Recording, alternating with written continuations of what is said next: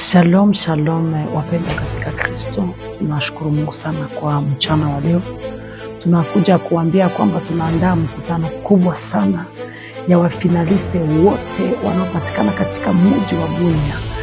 Hapa tunaandaa hii mkutano ya kuwaombea wafinaliste wote, na hasa haiko tu wafinaliste peke, hata we mama, baba, mzazi, mtoto, tunawaalika wote kwa date ya le 14 juin 2026.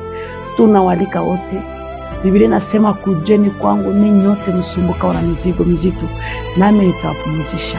Tunawalika wote kuja kwa miguu ya Yesu, kuja mpendwa katika Kristo na mizigo yako mizito, kuja ushushe mbele ya kiti cha mbele ya miguu ya Yesu, na ninajua hakika kuna mambo ambayo Mungu atafanya. Hasa wafinaliste wote wa mji wa Bunia mumealikwa kwa hii tamasha kubwa sana.